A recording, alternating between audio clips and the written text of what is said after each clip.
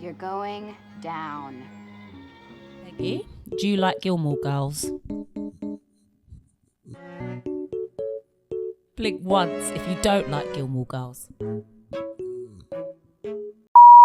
Okay, well, we were joined by my dog Peggy, but she's actually over it now, so... Hi, I'm Bridgette and I'm back. I'm going to say off the bat that I really missed Emily Gilmore in this episode, even though she was horrendous last episode.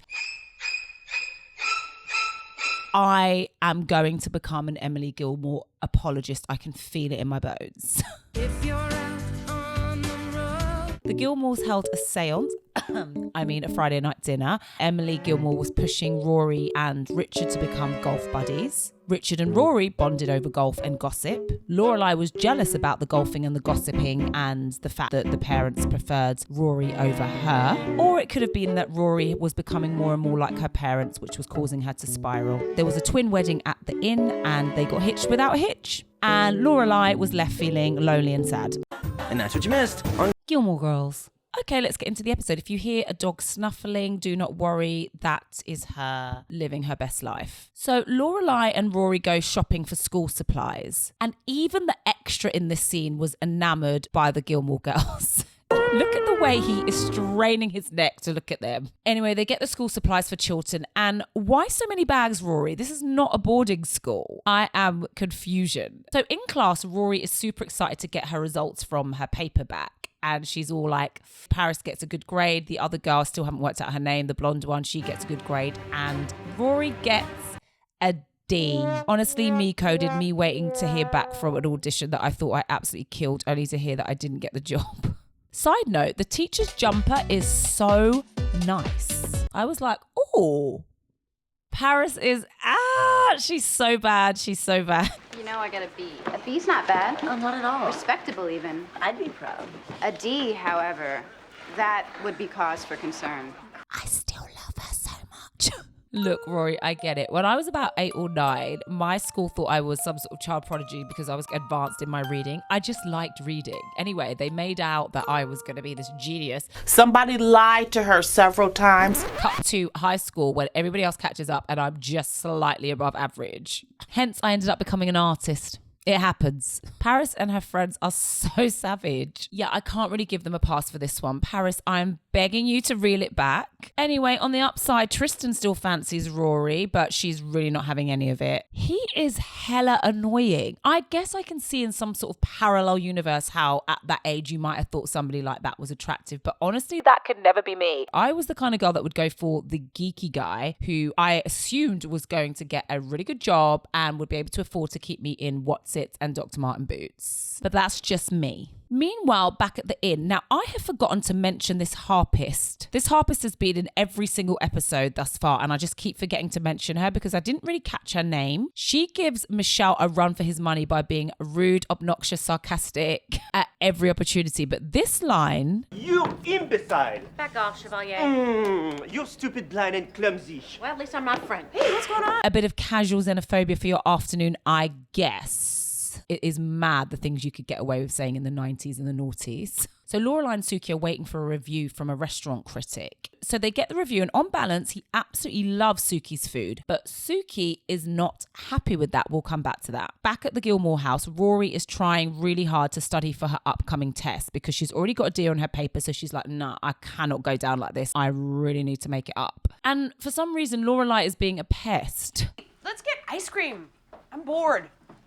Do you not want your child to succeed? As my African mother would say, she's not your playmate, she is your child. You can tell that Rory's feeling super down, but for some reason, Lorelai just continues to pester her about ice cream. So Rory visits Lane at the antique store so that they can have a study session. Lane's mum is kind of curt. Oh.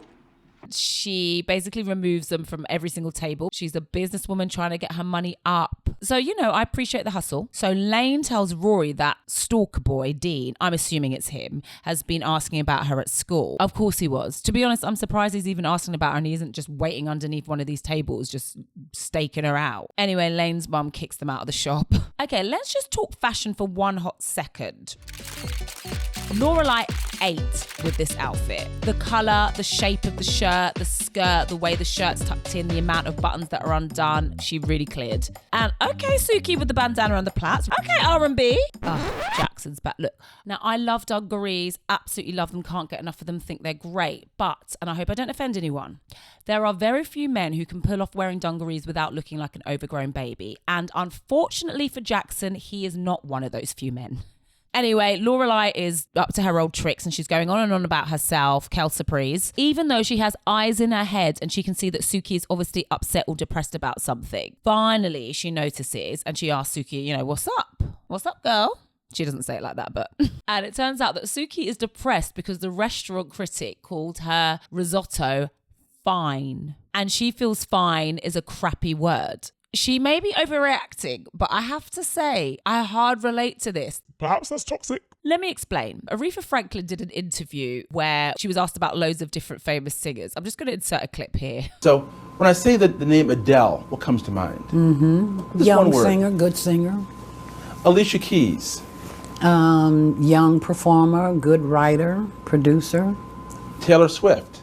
Okay, great gowns, beautiful gowns. So whenever I do a performance, whether that's music or acting, and people come up to me afterwards and they're like, and basically don't say anything, they just go, oh, well done. Or they talk about the costumes. I now say that they've basically beautiful gowned me. So I think that's what Suki felt about this restaurant critic. So Lorelai convinces Jackson that he should be the one to cheer Suki up, even though that's your best friend. Oh my God, listen to me going on and on about Mashiko Kakutani when you have real problems. So can I obsess for another minute? But to be fair on her, it's because she's running late for a PTA meeting, which is where we pick up from. Now, why on earth did Lorelai change from this outfit to this outfit? I hear you ask. It's because actually on the way she spilt some coffee, obviously it was coffee, down her top. So she has to turn up in this t-shirt. How does she have a t-shirt in her car? Do you not keep clothes in your car? Is that a thing? So she turns up late to the PTA meeting in her I'm so clumsy, I'm so chaotic shenanigans, and all the other parents are horrified. The other Chilton parents are super snobbish and Lorelai sticks out like a sore thumb. But Rory's teacher, Max, seems to like her. Something interesting happens during their conversation. Lorelai talks to him about how much she wants Rory to get into Harvard and how when Rory was 4 years old, she bought her a Harvard jumper. I couldn't help but wonder. Isn't that what your parents tried to do to you?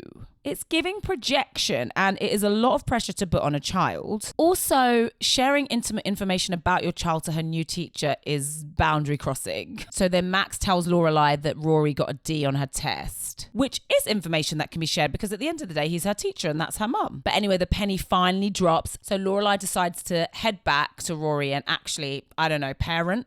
So Rory is now spiraling because of her grade. She's a perfectionist and she's trying to study for her Shakespeare and Paris comes over to bully her.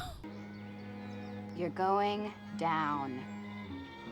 Paris is kind of doing too much at this point. Suki is also spiraling and she's just in the kitchen making a load of risotto so she can redeem herself from that review that called her risotto fine. She is a dog with a bone and she wants to know what day the restaurant critic came in, where he sat, who he was with, what wine he had. It's a lot. So back at the Gilmore house and Lorelai is helping Rory study for her test. Watching this scene gave me absolute anxiety. I do not miss those days at all. Those days of cramming for exams. God, that's the one benefit of getting older. But in true Lorelai fashion, she immediately falls asleep. So Rory gets up and puts a blanket over her mum because I guess she's the parent now. And she heads back to study, but then ends up falling asleep at the kitchen table. Then Lorelai gets up, goes over to the kitchen table, and she ends up falling asleep. So Rory wakes up and realizes she's running late for the test and she is wigging out. She ends up missing the bus to school and Lorelai says, okay, take my keys, take my Jeep, which is kind of amazing, and you can drive to school. Go, go, go, go, go. And on the way, the bitch hits a deer. Maybe. Oh my God! Are you alright? Or rather, a deer hits the Jeep. It is pure chaos and I'm sorry, I love it. So Rory gets out of the Jeep and starts looking for this deer and It is nowhere to be found. she ends up running and booking it to school to try and take the test. But unfortunately, it's too late. Computer says no. Max Medina, who's her teacher, is not having any of it. He's like, sorry, you're late. That's that. So Rory ends up wigging out and shouting at Paris, which I have to say is completely warranted. And just what is wrong with you, huh? You already have everything. You already have the grades and the status. What the hell is wrong with you that you have this constant need to be the biggest jerk in the entire world? Okay, let's go. And I actually was like, okay, you've got up for me, Rory. That was funny. That was warranted. She even cusses out Tristan as well. I was like, okay, backbone. So Suki realizes that the only reason that the restaurant critic didn't love her risotto is because of the wine pairing. And Jackson wears another pair of dungarees. Eek. So because Rory wigged out in class, she gets in trouble and Lorelai gets called to the school to speak to the headmaster and Max Medina. It does not go well. The headmaster Charleston, he is not having any of it. He's like mother, like daughter. We have been up all night, every night, studying. We haven't slept. We haven't talked about anything else except this school and this test for 7 days. We have stretched ourselves as thin as humanly possible without going completely postal. My God, we're just one person. She is acting like she is really oppressed out here. Ma'am, you live in America in a nice house, you run an inn, your parents are rich and loaned you money for your child's private education. Oh, and everyone finds you attractive. You're okay. You're going to be just fine. Am I supposed to feel sorry for her? Your daughter missed the test. Let it go, let it go. Very raggedy behavior. So the Gilmore Girls end up going back to the scene of the crime where the deer hit the car. And honestly, this genuinely reminded me of a time I went on safari in Kenya. Now, hold up. I know what you're thinking. Rich bitch. No, I actually won the trip at a competition and I nearly lost my life. I was in a Jeep on safari when a hippo rammed into the safari car. Oh my God, this is absolutely horrendous, but also... Oh, I can't get a good shot because it's dark. This is going to be so bad. Oh my God. I cannot believe this. Oh my God, they've got him from the back. I'm too soft. Guys, they surround me too. This is... Oh shit. Hang on.